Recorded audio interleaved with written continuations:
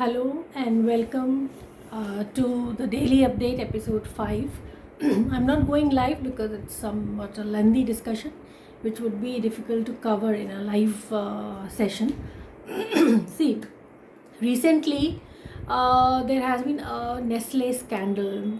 Many must have gone through that in various newspapers, in the media, and various information is floating that the Nestle company, which produces the baby food products, Cerelac, and even the baby milk powder, Nido, and it is actually consumed by various countries, the developed, the developing nations, the underdeveloped. It's a very popular product. Nestle is a very popular brand. Now, what happened is that in a recent report given by an NGO, Public Eye, this is a Swiss NGO, and the International Baby Food Action Network, IBFAN, they have actually stirred controversy against the Nestle brand for flouting the, you can say, rules and regulations. Okay, as per the regulations set by the World Health Organization for the limit of added sugar and for avoiding the addition of added sugar in children consuming baby food products below the age of 2 years, and also the regulations proposed by Codex Alimentarius, which is an intergovernmental organization, and it sets legislations and rules and regulations in which are followed in Europe. Although the Codex and the WHO, they both are not in line together.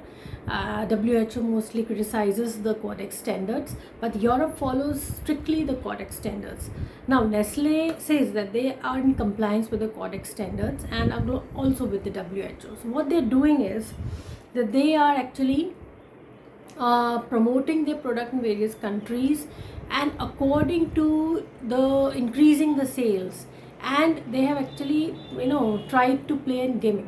That is, they provide to the developing nations, the South Asian countries, Sub-Saharan countries, African countries, and all these developed and underdeveloped countries, they are providing the food products, that is the baby food, Cerelac, and the baby milk powder with added sugar. And that added sugar also is not in conjunction with a specific amount for all these developing and the underdeveloped countries. It's the way of variations in various countries. Like, for example, Philippines will have more of added sugar in the same product, that is Cerelac. It is around about 7.2 grams.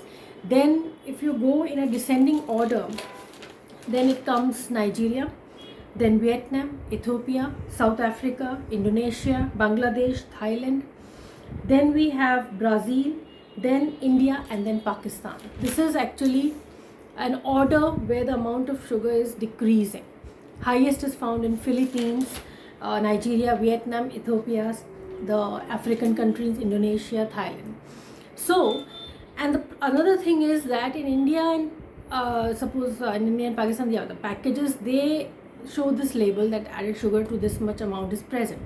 But in the other countries where there is a high amount of added sugar, the package does not give this indication of the high added sugar. Now, added sugar is very dangerous for the children who are actually, when they start weaning and they then are given these kind of baby food products, because overweight, obesity is actually becoming an epidemic.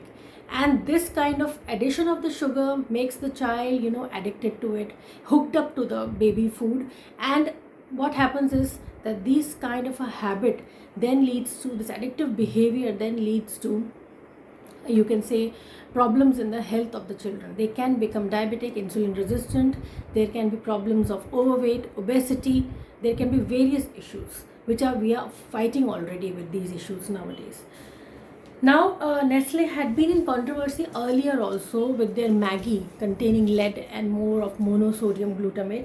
They were also in controversy in the year 1977 when they actually, proposed that the breastfeeding alternative, that is their product, would be an alternate to breastfeeding, and that was actually criticized, condemned by Europe strictly, and they just banned the product till 1984. Now they are strictly following it. So in Europe, in Switzerland, in UK, here in the developed nations, the Nestle is not providing any amount of added sugar in the baby food, but more in the developing and underdeveloped.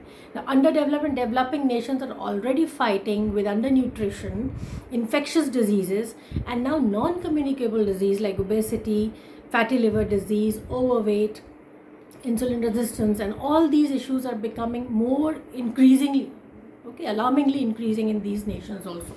So it's affecting them financially also, and it's affecting the population also. So this kind of a double standard played by Nestle is really has to be condemned. It's not good. And the other thing is that why a developing country wants to add sugar in their various products. India does not follow any kind of an upper limit in the addition of sugar. Okay, there are certain strict percentages which should be considered, like not more than 20% of the total carbohydrate should be added sugar. Sucrose, fructose are allowed in the food products. Now we are not strictly following this that how much amount of added sugar should be there. We are not strictly reducing the amount of added sugar in our various food products. So this is becoming a very big problem. See, glucose, or you can say added sugar, that is the table sugar, that will be utilized by the cells to some extent and produce ATP and energy, but fructose will directly go to the liver and in excess will be converted to fat. So we are dealing with these two big problems, one of added sugar, one of more fructose, and honey cannot be taken as an alternate to added sugar. It's not at all healthy. There is a high amount of fructose in it also. So we have to see that there should be strict rules and legislations so that they cannot be flouted by companies, by the brands such as Nestle, and we shouldn't be scapegoats for their branding and for their, you can say, consumption of their products and the, you can say, publicity of the products.